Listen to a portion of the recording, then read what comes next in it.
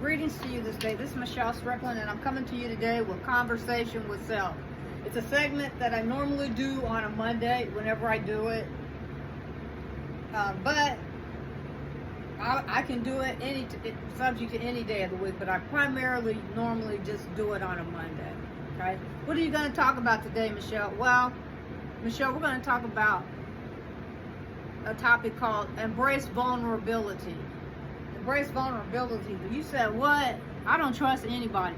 Well, Michelle, you might need to work on a few things. Everybody's not trustworthy, but let's go ahead on, Michelle. Let's go. Authentic connections are built on a foundation of vulnerability. When we allow ourselves to be open, honest, and vulnerable, we create space for genuine interactions with others. Vulnerability is the bridge that connects us on a deeper level, transcending the superficial barriers that often hinder true understanding. I know a lot of superficial people, just fake. Are you fake, Michelle? Yeah, probably sometimes, but I'm working on it. By sharing our true selves, our fears, and our imperfections, we invite others to do the same, creating a bond that is both meaningful and profound. I try not to be fake, though, but it's like, it's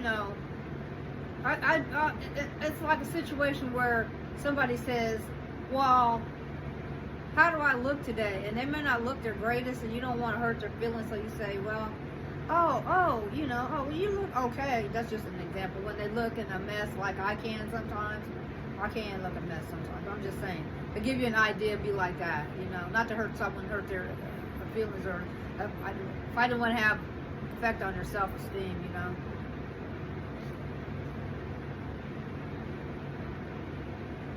I'm going to give you an antidote. Sarah was known for her composed exterior and successful career. However, her relationships lacked depth and intimacy.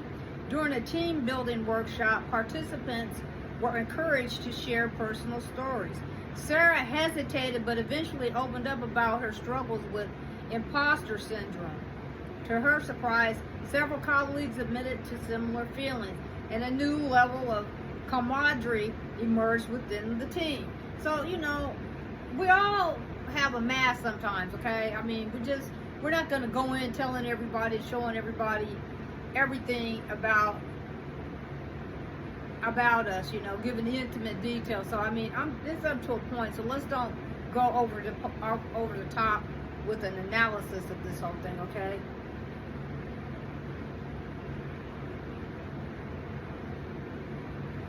I'm pretty much dealing with like social interactions, but it's one thing to have tact, and there's another thing to be tacky and tactless. Okay, so there's a fine line. I try to be I try not to have a preconceived idea of people when I'm dealing with them. I want to give them opportunity to show me who they are. Now, sometimes, in certain situations, I just go on how I feel. If I'm not feeling right about a situation, then I go from there on how I'm going to deal with it. But I'm not going to go all off into that. We're going to discuss now exploring the fear of judgment, okay? The fear of judgment is a powerful force that often prevents us from embracing vulnerability. We worry that if we reveal our true selves, we will be criticized, rejected, or misunderstood. This fear can be paralyzing, causing us to put up emotional walls and hide behind a facade of perfection. Let me say that again. This fear can be paralyzing, causing us to put up emotional walls and hide behind a facade of perfection. However, it's important to recognize that the fear of judgment is often exaggerated, and people's responses can be far more accepting and supportive than we anticipate. And I find that more often when I just meet people where we're at, where I can find a common situation to kind of interact with people. That's how I'm able to get along with just everybody, just about. Even the most hardcore people that don't normally like certain type of people, I'm usually able to just break the barriers down and get stuff done, regardless of people's culture or race or religion or any of that. Most of the time, not always, mostly, because I try to meet people where they're at, you know. I don't try to diminish how they feel about whatever it is, you know. If they want to feel like that, that's their right. I'm not going to argue them down about how they feel about whatever it is they feel about it. If I need to talk to them about something in particular, I try to deal with that and just, you know, move on. I'm going to give you an antidote. Alex had a passion for painting, but he kept it a secret from his friends because he believed they would view it as an unusual hobby. One day he gathered the courage to share his artwork on social media. To his surprise, his friends not only appreciated his talent, but also started sharing their own hidden creative pursuits. You know? And I think that's beautiful. That's a very good example. You know, there's a lot of us that have other things that we do, but you don't see it. You know? But that doesn't mean that we're not pursuing other things. You may not know about it, you know. But when you share with others some of the things that you're doing quietly, it opens up opportunities for other things, you know, because you can find common ground, and it gives other people the faith and the hope to maybe highlight what it is that they do that's unique and special. We're going to discuss some techniques for embracing vulnerability.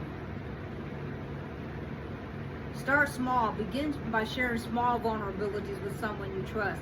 It could be admitting a minor mistake or expressing a personal preference. As you receive positive responses, you'll gain confidence in sharing deeper aspects of yourself.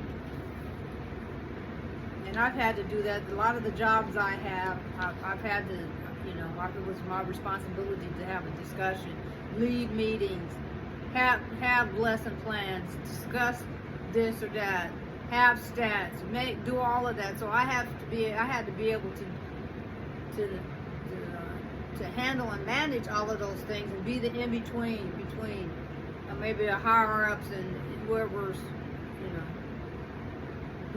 but you know, I'm trying to help or administer things too. Okay, so. But if you start small, then it'll gain your confidence. That's basically the main thing. Practice self-compassion.